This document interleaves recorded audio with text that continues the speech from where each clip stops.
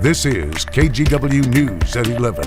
We begin tonight with breaking news out of Washington, D.C. It was getting down to the wire, but President Joe Biden and Republican House Speaker Kevin McCarthy say they've reached a tentative agreement on the debt ceiling to keep the U.S. from defaulting in days. Thank you for joining us. I'm Blair Best.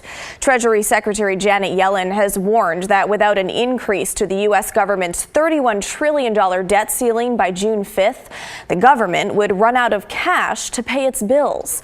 But McCarthy says he and Biden have come to an agreement, quote, in principle. Here's a look at what that deal includes. According to the New York Times, it imposes caps on discretionary spending that Republicans were after for 2 years. That'll take us past the next presidential election. But the caps wouldn't apply to military spending. The president would need to offset the costs of actions he takes that affect the budget, like forgiving student loans. Now, it imposes work requirements for people getting government aid, like food stamps and temporary assistance for needy families. New funding to the IRS would be reduced by $10 billion, and the environmental review process for certain energy projects would be sped up. Now, it's not a done deal, though House Speaker Kevin McCarthy now has to convince enough House Republicans to vote for the deal, and then it's got to pass the Senate before it goes to President Biden for his signature. Here's Kevin McCarthy. We still have a lot of work to do, but I believe this is an agreement in principle that's worthy of the American people. It has historic reductions in spending, consequential reforms that will lift people out of poverty into the workforce, rein in government overreach. There are no new taxes, no new government programs. We'll learn more about what exactly is in the bill tomorrow. That's when McCarthy says he plans to post the text of the bill and then have a vote on it on Wednesday. President Biden tweeted tonight that he strongly urges both chambers to pass the agreement right away. Well, we had a really nice start to this holiday weekend. A few clouds, but this afternoon, sun and some really pleasant conditions, Joe. What can we expect for the next few days? Oh, fantastic. We're going to be seeing, more of the same. Morning clouds followed by afternoon sunshine, and still a pretty warm night out there. We're looking at temperatures, Blair, still in the mid to the upper 50s throughout the metro area. Take you out live now. You can kind of see the east side of Portland, 57 degrees. We'll start to see some clouds increase later on tonight, but a bit of a temperature change. Of course, we saw highs yesterday afternoon, the mid to the upper 80s. Another warm day, well above average, at least for yesterday. Today, we kind of dialed things down. We topped out right around the mid 70s, but running a little bit cooler out there tonight, especially along parts of the northern Oregon coast. Currently, we're looking at temperatures a little after 11 o'clock here, the mid to the upper 50s, a little bit cooler in parts of southwest Washington. Woodland, you're seeing a temperature of 54 degrees along the east side of the state, relatively mild. John Day, you're looking at a temperature of 56 degrees. You get ready to wrap up your Saturday night, and all the weather has really calmed down. Of course, the west side of the state was pretty much quiet all day, but there were some thunderstorms earlier this afternoon and the evening throughout parts of the high desert and into eastern Oregon. And Blair, coming up to my detailed forecast, I'll talk more about what you can expect to see as you get ready to wrap up the month of May and what you can expect to see as we head into the first couple of days of June. All right, Joe, thanks so much. Well, people living in Portland's Elliott neighborhood are looking for some parking relief. The neighborhood is close to the Rose Quarter, and people attending events there park in the neighborhood and take up spots from residents. As Art Edwards explains, there is a plan in the works to regulate that. On a Saturday in May, it is not difficult to get a parking space in the Elliott neighborhood. It's just blocks away from the Rose Quarter. In 2021, the Elliott Neighborhood Association asked to be part of a pilot program to address parking management.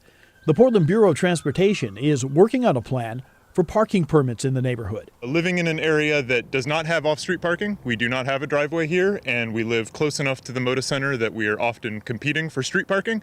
I think it definitely is something we could use. A task force of neighborhood residents was formed and parking data collected from the 126 blocks of the Elliott neighborhood. There are some options released recently in a PBOT virtual open house.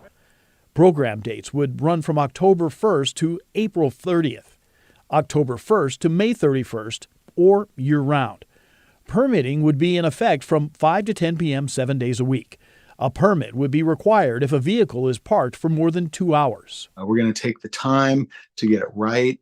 We're listening to the community on this, and nothing's been decided. While many residents support the permitting idea, they want the cost kept under control. Broadly, I think I'm supportive of it. I hope that PBOT implements it in a way that is responsibly done and doesn't add an undue burden to folks. PBOT has said the cost would be based on median family income and could range from $30 to $100. The money would go to running the permit program.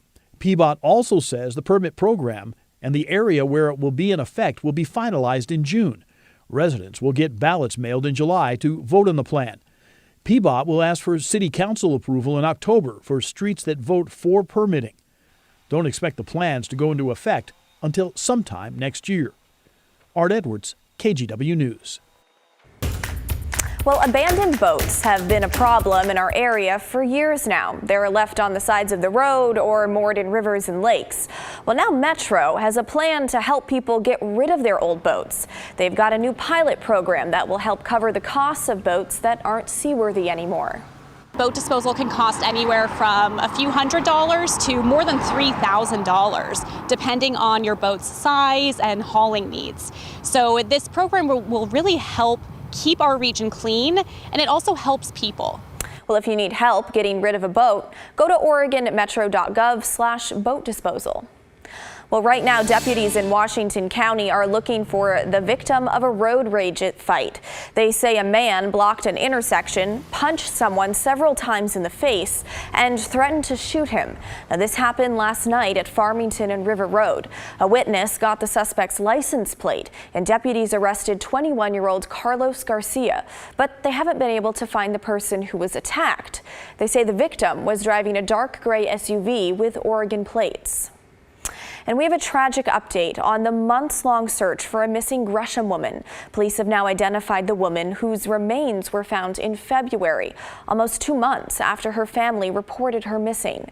Police say she was 22-year-old Kristen Smith. Thomas Schultz talked with those who lived near where she was found.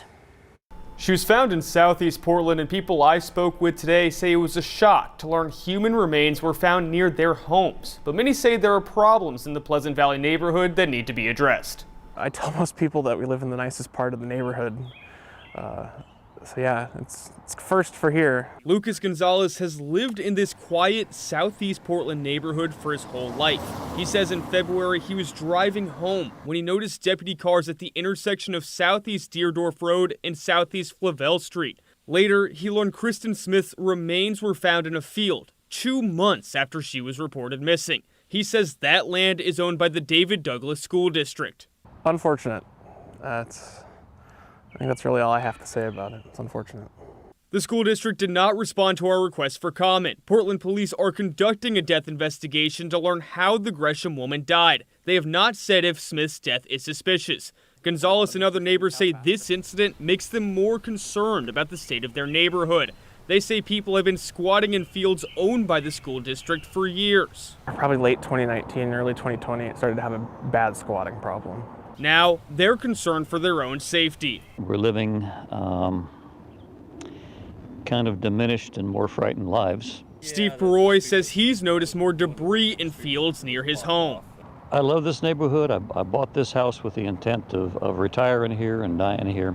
You know, I'm afraid of the forest fires that could happen if people are camping and starting fires that could take out pretty much everything I've worked for all my life. Peroy says something needs to be done to help people find shelter.